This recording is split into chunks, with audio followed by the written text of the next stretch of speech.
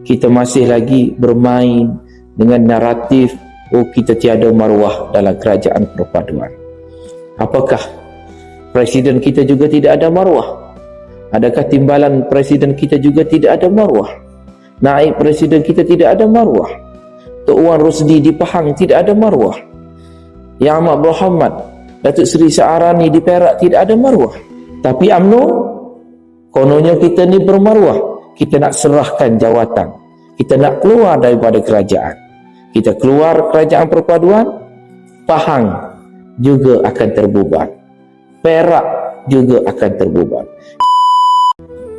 Kita keluar daripada kerajaan perpaduan untuk bersama dengan PAS dalam muafakat nasional. Kita kena jadi pembangkang yang bermaruah untuk menyusun semula UMNO dan memenangi pilihan raya. Baik, inilah kenyataan Dr. Akmal. Jika benar kita mahu jadi pembangkang, saya cadangkan Dr. Akmal dahulu yang bertindak, supaya Dr. Akmal letak jawatan sebagai Exco di Melaka, buat kerja dengan tanpa jawatan. Boleh ataupun tidak Dr. Akmal ke hulu ke hilir mencari pemuda untuk bekerja di saat Dr. Akmal tanpa jawatan. Dr. Akmal boleh bercakap, kita bermaruah, kita lebih baik ketika kita jadi pembangkang. Belum jadi pembangkang, tanpa jawatan pun kita dah pening kepala untuk melayan kerenah akar umbi yang minta macam-macam. Nak bola, nak jaring, nak macam-macam.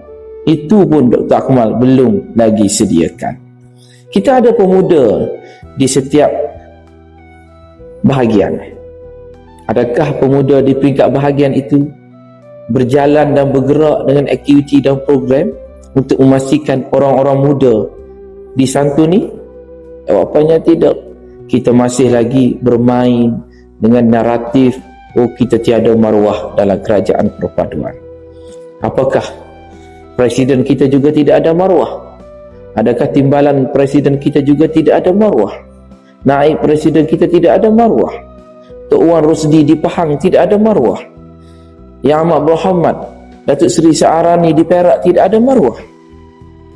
Jadi kita kena bercakap, mengeluarkan kenyataan dengan penuh hikmah, memikirkan apa sebenarnya realiti yang terjadi, bukannya emosi. Kita bersama dengan PAS dalam memastikan kita menang dalam pilihan raya.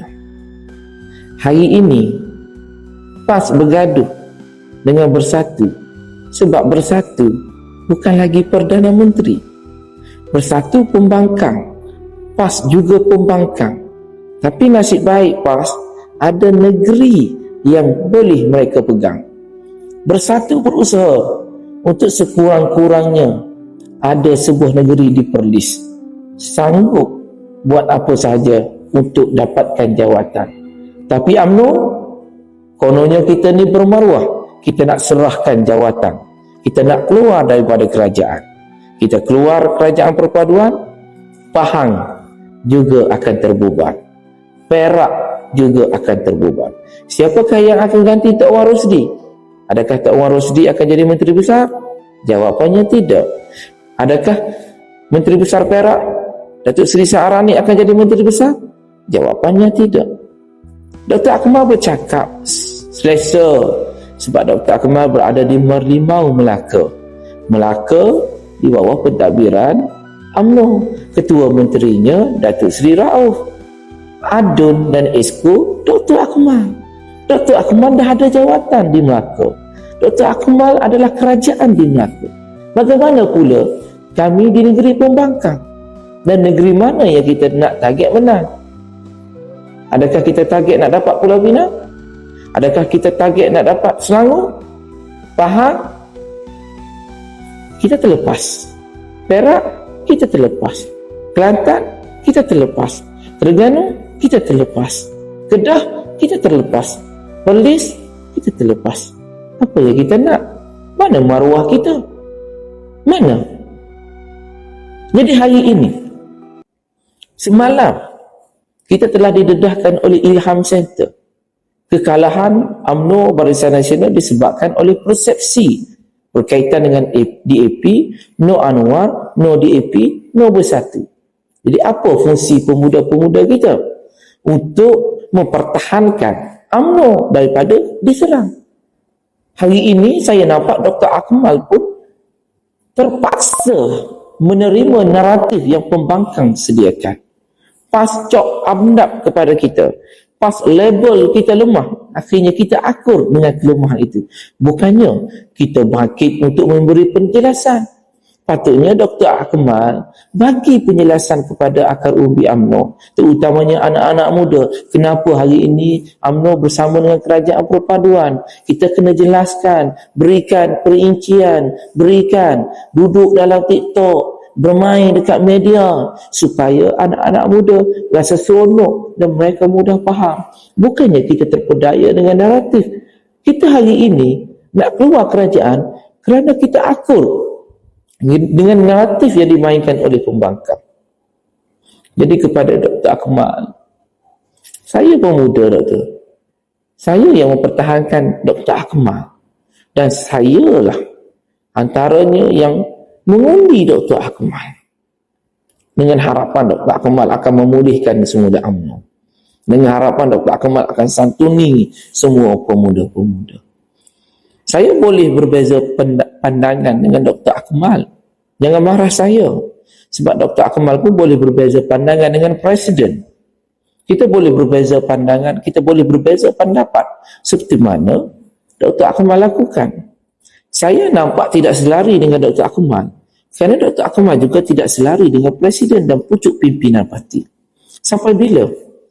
Presiden perlukan sayap. Presiden memikirkan masa depan parti. Pemuda perlu memperbaiki dan memberikan sayap yang lebih baik supaya Presiden kita terbang tinggi. Kalau Presiden saja yang nak terbang tinggi, tapi sayapnya tidak bersama, kita jatuh terhumban. Pemuda minta macam-macam. Nak calon, bagi calon. Selepas menang, kita nak gulingkan Presiden sendiri. Kita tidak hormat dan taat kepada Presiden. Siapa nak pertahankan Presiden?